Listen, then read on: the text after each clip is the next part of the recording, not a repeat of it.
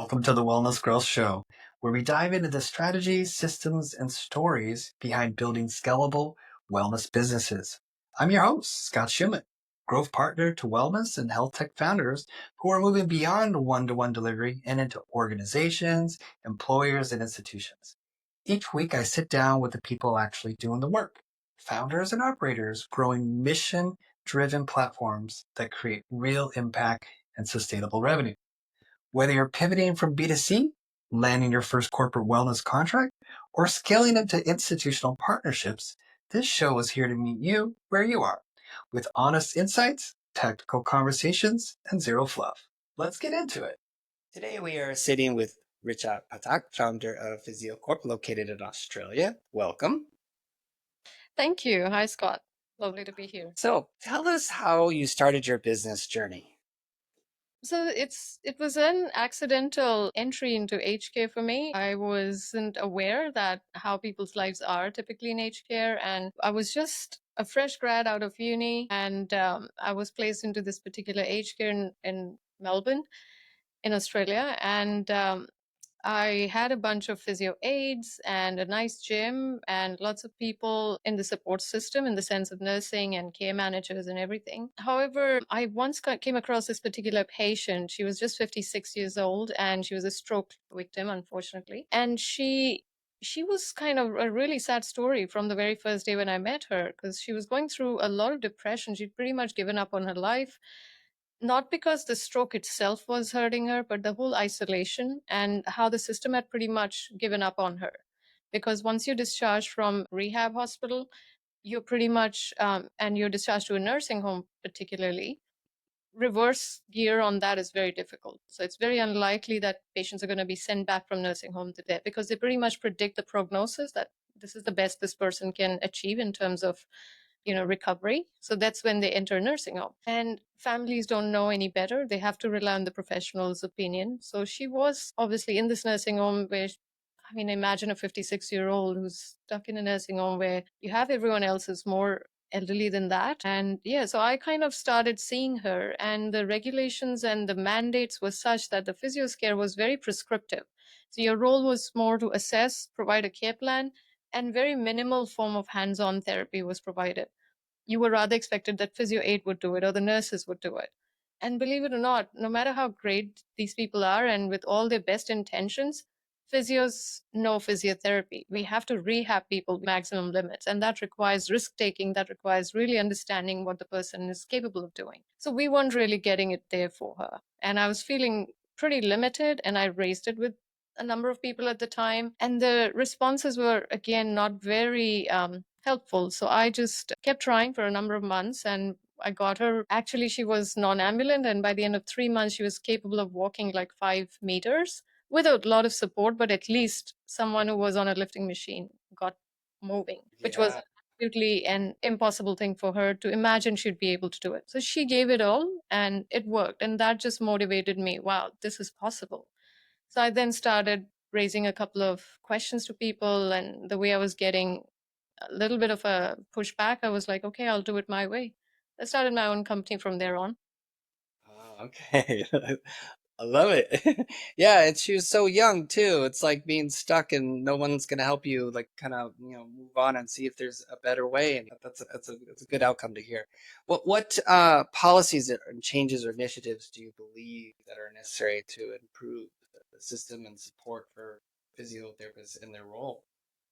Sure. I mean, look, I think firstly, there's a lot of misconception what physios can and cannot do, I guess, in an HK. And it is sad that I don't think people really understand the value that a physio can provide. And either there is over mandated systems where they're over prescribing, regulations are absolutely micromanaging that what treatments a physio should provide regardless of the condition, which was our structure until a couple of years back under ACFI, which was a funding tool that incentivizes only if a physio uses XYZ modalities or treatment types, then they would provide funding. So that was like over prescription on what a physio can and should do within an HK.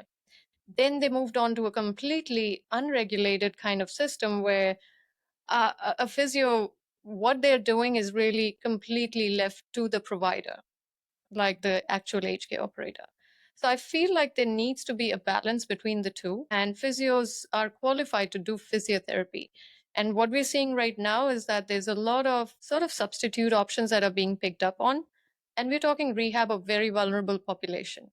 So, as great as these people are, as I said, like physio aides or lifestyle staff or nursing care, they're all great in their own professions. They're trained to provide their level of professions and, services that they can provide. But what the current regulations and the funding structure is doing is that it's allowing substitutes to perform something that they're calling physiotherapy. And I personally don't think that's enough, because half the time you're balancing safety versus rehab value. And in that position, if you put a physio aid on a nurse, they will obviously try to prioritize safety of the resident. So you're not really pushing people beyond their best, and that's not really rehabbing them. That's just, if at all, just maintaining, and sometimes not even that. So I'm saying there's a lot of benefit in providing that level of movement and exercises that can be provided generically by any of these sectors. But a physio's role is beyond that. And that needs to be recognized. And that does not need to be overprescribed or underprescribed. There needs to be a mandate. Currently, there is not a specific mandate on physiotherapists being involved in aged care, and to what capacity. And because there's no mandate, there is not enough incentive, and it's left to the providers. And we are seeing definitely, a lot of missing care levels, I think. So, what policy changes or initiatives do you believe are necessary to improve the system and support physiotherapists in their role? Yeah, I mean, there's a lot we can do. What we're seeing at the moment is that there've been some policy changes over the last 2 years now, and that has really changed what physiotherapists were expected to do, or what people understand they should do within an aged care home. So the previous model incentivized the aged care operators, as well as mandated to provide a specific type of treatment for physios to do for the people in aged care, and that would allow the operators to be able to claim X amount of money. That was under ACFI, which was a funding tool. Then they moved on to ANAC, where there is not really any specific mandate, neither there is a specific style of funding which targets towards physiotherapy services for these people in aged care home. So what we've seen is, like, you're either over-prescribing, you're over-micromanaging what physios can do or cannot do within an aged care home for different conditions, different patients. And that doesn't help, because you can't give paracetamol for every single condition on the earth, right? Same with physio's treatments, you can't pre-prescribe it that for a stroke patient, you're just supposed to provide massage or electrotherapy.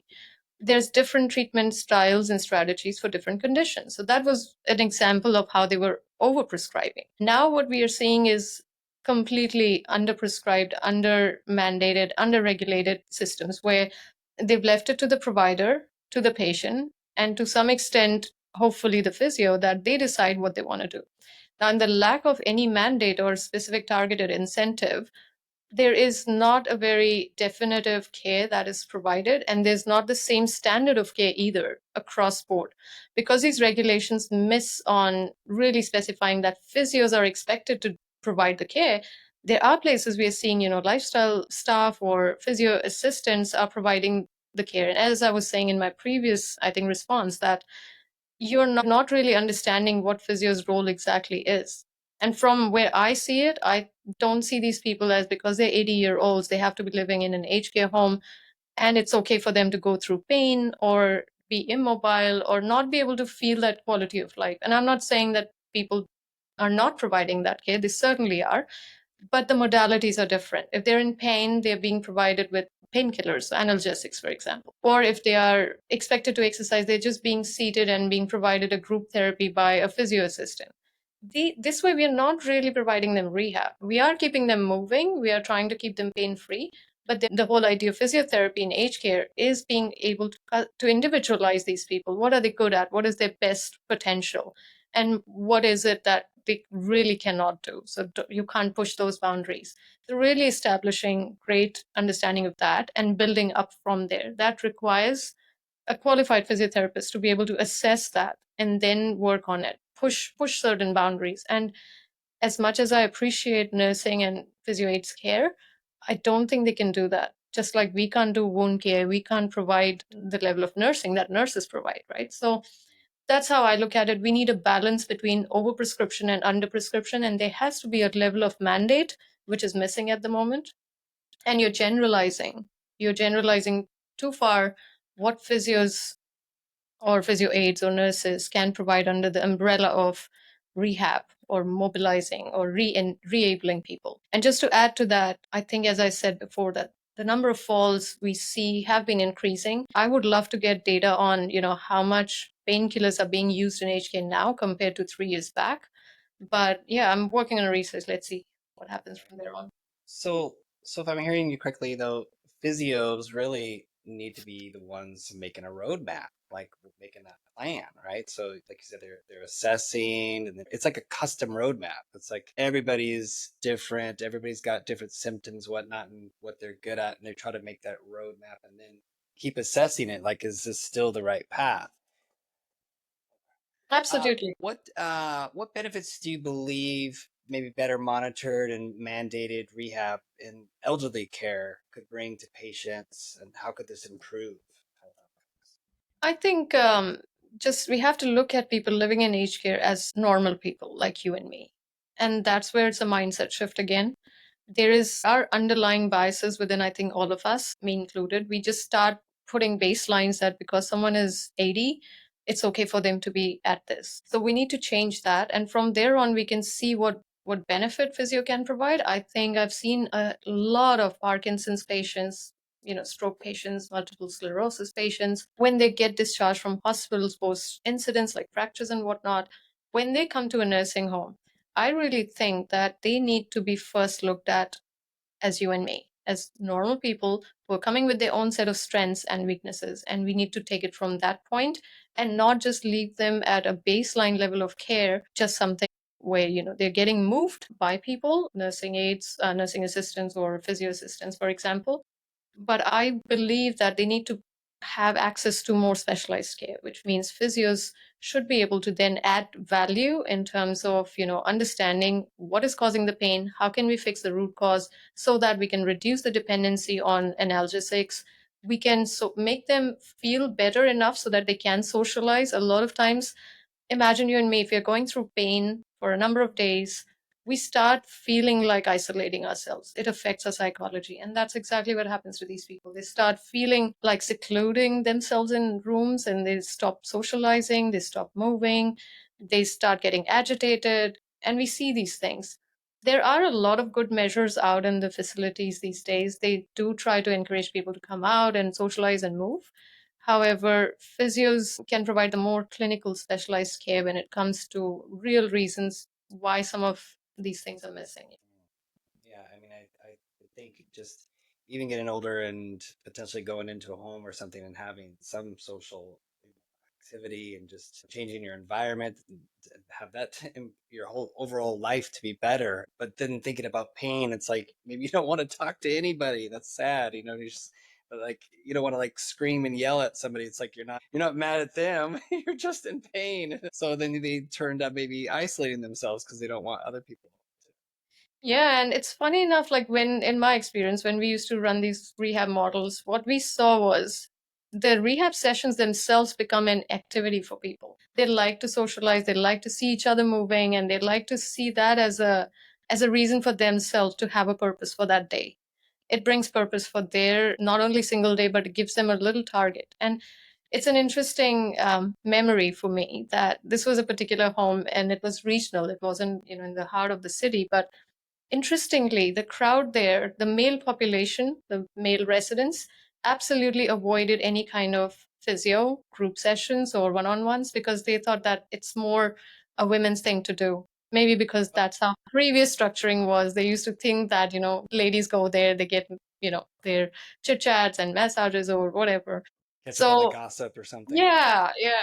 They used to avoid it. And it took us almost, I think, 3 to 4 months of individually going to these people's rooms. And actually, just a lot of times they were refusing. I don't want this. I don't want this. And the whole reason was they had gone through pain for so long. They felt like, oh, what is this going to do? It's a waste of time. They were agitated, they were dismissive, and they were feeling like there's no value there. it took us almost 3 to 4 months of consistently just developing that rapport with the person and understanding more where they come from. Some of them had, like, I think one of them was a butcher back in his times. One of them was in the army. So some of them were like real, very tough men. And they didn't feel like, this is not really going to help me. That was the attitude. Took us 3 4 months. We kept building that rapport, get them to see, like, look, you're improving here, look, you're improving there. You know what, we can add this and add that. At the end of 4 months, and now it's 3 years at that site, these people are actually the first ones. They've created their men's club. Now they Okay. come and actually socialize in these rehab Okay. sessions, and they love to really compete with each other on targets Sure. on their own That's baseline. great. So you kind of undermine and underestimate what these little things can do for these people in homes. And they have lived such amazing lives. The more you talk to them, the more you fall in love with wanting to help these people. Yeah, sure. I always love just hearing stories. Whenever they can tell stories, I'm like, wow, just taking you in the past and that they remember that stuff. Yeah. Okay. So talking about like business and being in this day to day and just trying to provide the best care for patients, how do you avoid or how do we avoid burnout? Yeah, that's a great question because one, this is not a very glamorous industry. Especially speaking on behalf of physios, people typically tend to go more into sports and women's health and, you know, clinic walk-ins and all that sort of thing. So aged care is not a very glamorous industry, and it requires a lot of patience. It requires people who genuinely like doing this work, and it requires a lot of paperwork kind of work as well, which many clinicians don't enjoy. So it's easy to get burned out. And I think not only that, it's important that you know that you like to do this thing. You should know that before you enter this and be smart enough to know, okay, this is not my cup of tea. I'm not built for this. And check out if you're not. But if you decide to stick around, then make sure you are passionate through the journey. And I know it's such a natural thing. You can't be passionate about something you're not. So identify that. And if you see some sort of overlap, start being creative in your work. At least I did. I always loved running my business because of the creativity in it. Every new person, every new site, every new challenge, it just allows you to build different types of interventions, different programs. You're dealing with people who have lived so many different lives, and you need to really craft your game around that. And that helps you connect better with people, that allows you to be more creative. And the more you do that, the less the chances are you will burn out. The only thing I will add there is that if you're an emotional person who's running a business, you will come across times where you'll feel disappointed. You will feel like, people are not really appreciating either the care, or that sometimes you're optimizing finance versus clinical outcomes. And I get it, it's business, we all have to. But just being mindful that there will be times like that, and you need to have some sort of channel where you can tell yourself, it's okay, this is expected, and it's not always going to be fun. I need a break, and have something challenging but in a different space for yourself outside of aged care so you can zone out and then come back when you're recharged. That's Try to find some laughter in it. Try to find some joy in it. Okay. Well, really. this has been very insightful. I really appreciate your time here. Tell us, how can the audience connect with you, whether it be your website, social handles? Yeah, sure. So my company is called PhysioCorp. People can reach us on www.physiocorp.com.au. They can connect with me on my email, richard@physiocorp.com.au. Yeah, I mean, I'm on LinkedIn. I'm sure people can connect through that. But yeah, I'm passionate about anything to do with geriatric care. And besides that, I'm involved with a lot of musculoskeletal and women's health. And I'm currently looking at models between US and Australia and just checking out what kind of things actually work in two different, complete different economies, capitalistic versus universal healthcare structures. So yeah, I'm sort of in between those bridges, regulations, care levels, models, finance.